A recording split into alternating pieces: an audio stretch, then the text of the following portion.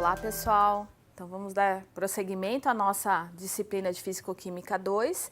E nessa aula, como eu disse, né, na aula anterior, nós vamos continuar falando de conceitos básicos de cinética, só que agora focados no movimento das moléculas no estado líquido, tá? Então a gente viu na aula passada o estado gasoso, algumas propriedades que nós podemos, né, chegar e calcular com base no movimento das moléculas, então velocidade, alguns processos relacionados como difusão, efusão. E aí na aula de hoje nós vamos focar então nas moléculas no estado líquido, tá? E aí para isso vamos relembrar algumas propriedades do estado líquido, né? E pensando na nossa reação inicial, né, que eu mostrei na aula anterior. Então a gente tem o nosso reagente A passando, né, a produto B. Então, novamente, se a gente acompanhar essa reação, o que a gente vai observar é exatamente isso. No tempo zero, então a gente tem só moléculas do reagente. À medida que a reação se inicia, então o tempo vai passando e moléculas do produto vão aparecendo até essa reação cessar e a gente ter a própria, né, diferenciação entre as moléculas do reagente e as moléculas do produto. E acompanhando essa reação, a gente chega exatamente nessa conclusão, que moléculas de reagente, a quantidade, né, de reagente diminui ao longo da reação, enquanto que a quantidade de produto aumenta à medida que a reação prossegue, tá? Então essa seria a caracterização, né, dessas, com relação à quantidade de reagente e produto à medida que a reação ocorre. E aí, falando especificamente, né, do nosso foco hoje de interesse, que é o estado líquido, então comparado com os estados gasosos e sólidos, o que a gente vê? Que no líquido a gente tem uma maior desordem, as partículas são aglomeradas, né? A gente pode definir como um aglomerado de partículas livres e movimentando-se uma em relação às outras, e as partículas estão um pouco mais próximas do que no estado gasoso, tá? Então essa seria alguma diferenciação entre o estado gasoso que a gente viu na aula passada e o estado líquido. Além disso, olha só, como eu falei agora há pouco, né? No líquido, a mobilidade das moléculas é muito importante. Então isso está relacionado, então, mobilidade, movimento, velocidade das partículas no estado líquido. Então, daí surge a necessidade e a importância da gente ir a fundo nos aspectos cinéticos das partículas no estado líquido, tá?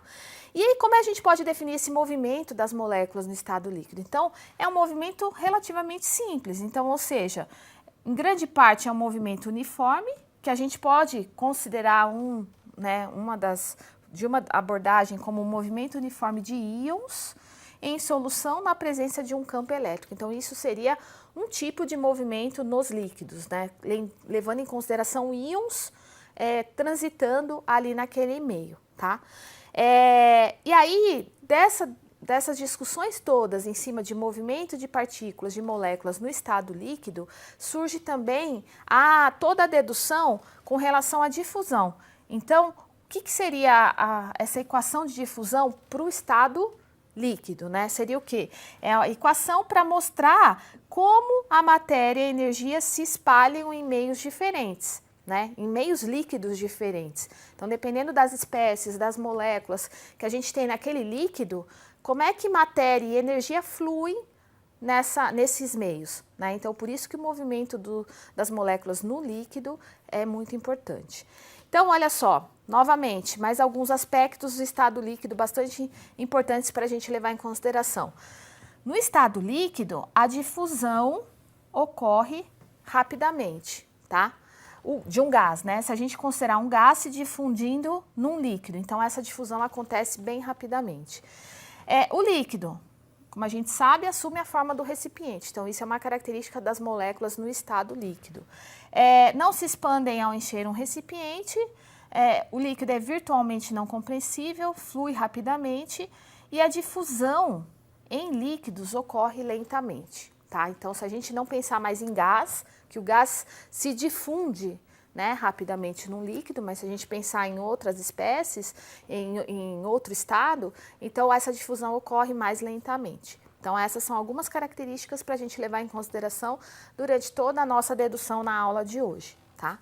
E algumas outras propriedades bastante, assim, visíveis e importantes do estado líquido. Então, a gente tem a propriedade de viscosidade, então a gente tem diferentes líquidos com diferentes viscosidades, né, desde do mais viscoso, então aqui a gente tem até dois exemplos como o mel e o fluido óleo de motor, então que são substâncias bastante viscosas, enquanto outras bem menos viscosas, né? Então, por exemplo, a água e outros líquidos que a gente conhece do nosso dia a dia. Outra propriedade bastante interessante é a tensão superficial. Então, a gente verifica esse fenômeno das substâncias no estado líquido, né? Então, é a tensão que as moléculas, devido às forças intermoleculares, às interações intermoleculares entre as moléculas na superfície de um líquido, que gera essa tensão e que para algumas, né, substâncias essa tensão é maior ou menor e que dá, também, né, mostra para a gente algumas fenômenos, né, como esse, ou mesmo a gota, por que a gota de água é exatamente naquela forma e não em outra, né? Então tudo isso devido à tensão superficial das moléculas no estado líquido, tá? Outra coisa, a formação, né, que a gente vê em laboratório de meniscos, então isso também é uma propriedade do estado líquido. E por último, o que eu queria apresentar para vocês é a capilaridade, então também relacionada, é uma propriedade relacionada aos líquidos. Então, aqui são algumas bastante aplicadas que a gente conhece do nosso cotidiano. E aí vem, né, alguns pressupostos, como eu falei para vocês, dos gases, vamos considerar aqui nos líquidos também. Então, olha só, como é que a gente pode medir o movimento das moléculas nos líquidos? Então, a gente pode fazer isso experimentalmente. Então, existem técnicas, né, como RMN, EPR e espalhamento inelástico de nêutrons, que são técnicas experimentais que, a partir dos dados obtidos por essas técnicas, nós conseguimos calcular o movimento das moléculas nesse estado da matéria, tá?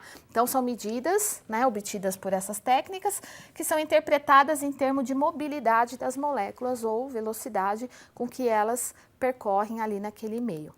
Além disso, uma outra medida que nos dá informações sobre velocidade, sobre movimento das partículas nos líquidos, são medidas de viscosidade, tá? Que são muito mais comuns do que as técnicas anteriores. Então, conhecendo informações sobre viscosidade, a gente pode extrair informações sobre movimento das moléculas ou espécies. E outra forma, né, que a gente pode também imaginar e deduzir todo o movimento de moléculas nos líquidos são, por exemplo, o estudo dos movimentos de íons em solução. Então, isso é um tipo específico, né, de uma situação específica onde a gente tem íons na solução e a gente pode monitorar o movimento desses íons para tirar informação de reações, de velocidade de reações e assim por diante, tá? Por quê? Porque a gente tem o deslocamento de íons após a aplicação de diferença de potencial entre dois eletrodos imersos em água, na amostra. Então, nesse caso específico, que a gente também vai ver em mais detalhes na aula de eletroquímica, nas aulas de eletroquímica, tá? Mas é uma forma de cálculo de movimento de partículas, de espécies no estado líquido, que é o movimento dos íons, tá? E aí, falando, né, focando agora um pouquinho mais na viscosidade, então, que informação a viscosidade de um líquido nos dá com relação ao movimento das moléculas, né? Então, olha só, viscosidade, como é que vamos imaginar que para uma molécula se deslocar em um líquido, essa molécula deve ter uma energia mínima para escapar das moléculas vizinhas, né? Então, imagina só, você tem um recipiente que você tem um líquido ali dentro e aí você, né, macroscopicamente vê que é muito viscoso, então quer dizer o quê? Que a molécula, já que ela é muito viscosa, ela tem pouca energia para se deslocar em relação às suas outras vizinhas, né? Então, isso seria um conceito bem resumido, né? Uma aplicação de viscosidade. Então, a gente pode, matematicamente, pensar o quê? Que a viscosidade é proporcional a energia, né, a E elevado à energia de ativação dividido por RT, tá? Então, isso é uma dedução que a gente tira dessa questão de que para uma molécula ou para uma espécie, né, se deslocar num meio, ela tem que ter uma energia mínima para se afastar das outras que estão à sua volta, tá? Então, essa seria a nossa consideração. E aí, essa expressão que a gente acabou de ver, quer dizer o quê? Que a viscosidade diminui com o aumento da temperatura. Então, isso na prática é possível verificar. Então, se você tem em casa um pouquinho de glicerina e aí você coloca em água quente, num banho-maria, você vai ver que ela vai se tornar menos viscosa. Então, é exatamente isso que a gente acabou de falar. Olhando para essa equação, a gente vê essa relação, que se eu aumento a temperatura, a viscosidade diminui, tá? Então, sai tanto da prática quanto da teoria essa relação entre temperatura e viscosidade. E aí, a gente tem esse gráfico para mostrar para vocês exatamente isso, ó. À medida que a temperatura aumenta, então a gente tinha uma determinada viscosidade, por exemplo, em 20 graus Celsius, né? A gente teria aqui. E aí, à medida que a temperatura aumenta, a viscosidade desse líquido diminui, tá? Então, é só para mostrar para vocês essa a relação inversa entre viscosidade e temperatura. E aí, aqui também outros dados, só para vocês terem ideia, por exemplo, o benzeno. Dessa lista aqui, a gente tem o mercúrio como o mais viscoso e o benzeno como o menos viscoso, tá? Então, seria exatamente a relação entre viscosidade e temperatura, tá? Pensando no movimento das moléculas em estado líquido, mas agora vamos lembrar dos íons, né? Como é que a gente pode, antecipando um pouquinho das aulas de eletroquímica, como é que a gente pode estudar o movimento das moléculas, mais especificamente íons, né, das espécies, mais especificamente íons, no estado líquido. Então, para isso, a gente vai ver lá na frente que a gente vai ter, então, soluções eletrolíticas. E uma das formas para se estudar movimento de íons, nessas soluções específicas, a gente tem medidas do quê? De condutividade.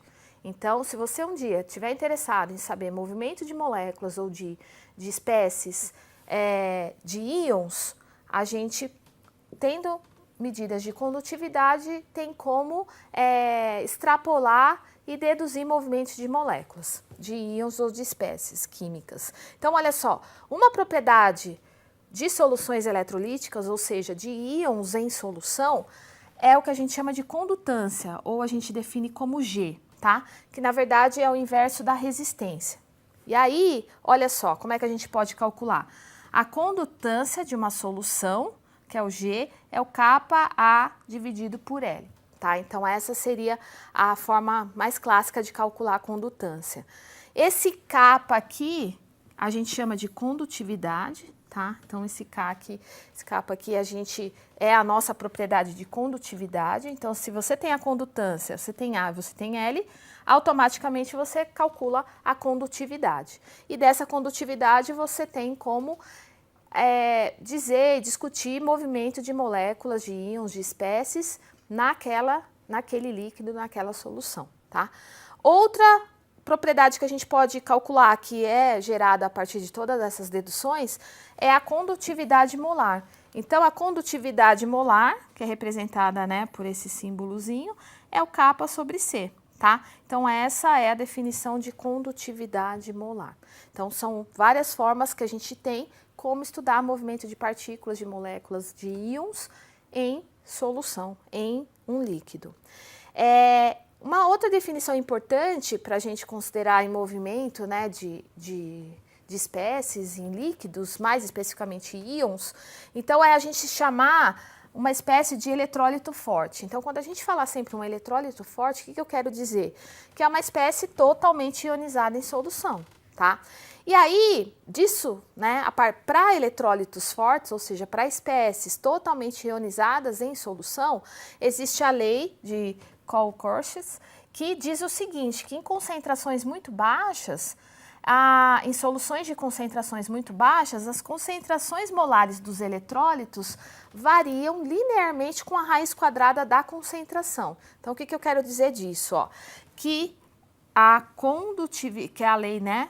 A condutividade é igual a condutividade molar menos esse K, o kappa C elevado a meio, tá? Então, se eu tenho, no caso, uma solução com eeletrólito forte, eu posso aplicar a lei para calcular a condutividade molar e assim por diante, tá?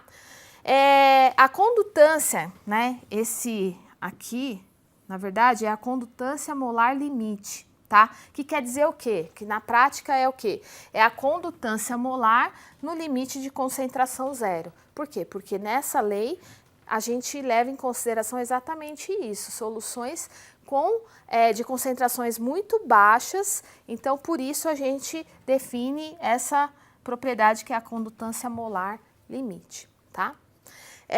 Outra forma da gente estudar a mobilidade de íons em solução, em algum, né, líquido. Então, seria o quê? Interpretar as medidas de condutividade. Então, a partir de medidas de condutividade, a gente tem como pressupor e definir alguns processos. Por exemplo, algumas perguntas que surgem. Por que os íons se movem em velocidades diferentes? Por que eles têm diferentes condutividades molares? Por que a condutividade molar de eletrólitos fortes diminui, as condutividades diminuem com a raiz quadrada da concentração molar? Então, são algumas perguntas, algumas dúvidas que surgem ao longo, né, do estudo de movimento de íons, que a gente tem como definir a partir de medidas de condutividade. Então, olha só, o movimento de íons, ele permanece em grande parte aleatório, certo? Vamos pensar assim, então a gente tem uma solução que a gente tem vários íons e o movimento deles é geralmente aleatório, tá? Então, se a gente aplicar, com a presença de um campo elétrico, o que vai acontecer? Vai prejudicar o movimento desses íons e o íon vai sofrer migração por essa solução, certo? Então, imagina uma situação inicial, onde não há, né, a solução está ali sem nenhuma influência de campo elétrico, então o movimento dos íons é completamente aleatório, randômico. À medida que eu aplico um potencial, aplico um campo elétrico, o que acontece? Eu prejudico o movimento desses íons, tá? Então, o que a gente vê? Exatamente aqui nessa figura, a gente mostra o diagrama do movimento efetivo de um próton em água, né? Então, a gente vê sempre o deslocamento desse próton, né? E se a gente aplica um campo, isso pode acontecer ou não com maior dificuldade ou facilidade, tá? E aí, o que acontece? A gente tem medidas de mobilidade de íons. Então, a gente vê, ó, que mobilidade de íons, que a gente define como esse uzinho aqui, ele indica pra gente, ó, que, por exemplo, o próton tem um valor de 36,23, comparado com, por exemplo, o zinco 2+, que tem uma mobilidade de 5,47. Então, comparando esses dois íons, a gente vê que o próton, o H+, tem mais mobilidade do que o zinco, tá? Então, com medidas de condutividade, de mobilidade, a gente tem como imaginar processos, por exemplo, como transferência de prótons e assim por diante, tá? Outra consideração com relação a íons, o que a gente pode tirar? Pode tirar informação sobre condutividade e interações íon-íon. Então, nessa situação aqui, onde a gente tem atração entre cargas de sinais opostos, a gente tem uma situação onde a gente não tem campo e aqui com aplicação de campo, que é exatamente aquilo que a gente estava falando, né? Então, a gente tem um efeito que a gente chama de efeito de relaxação.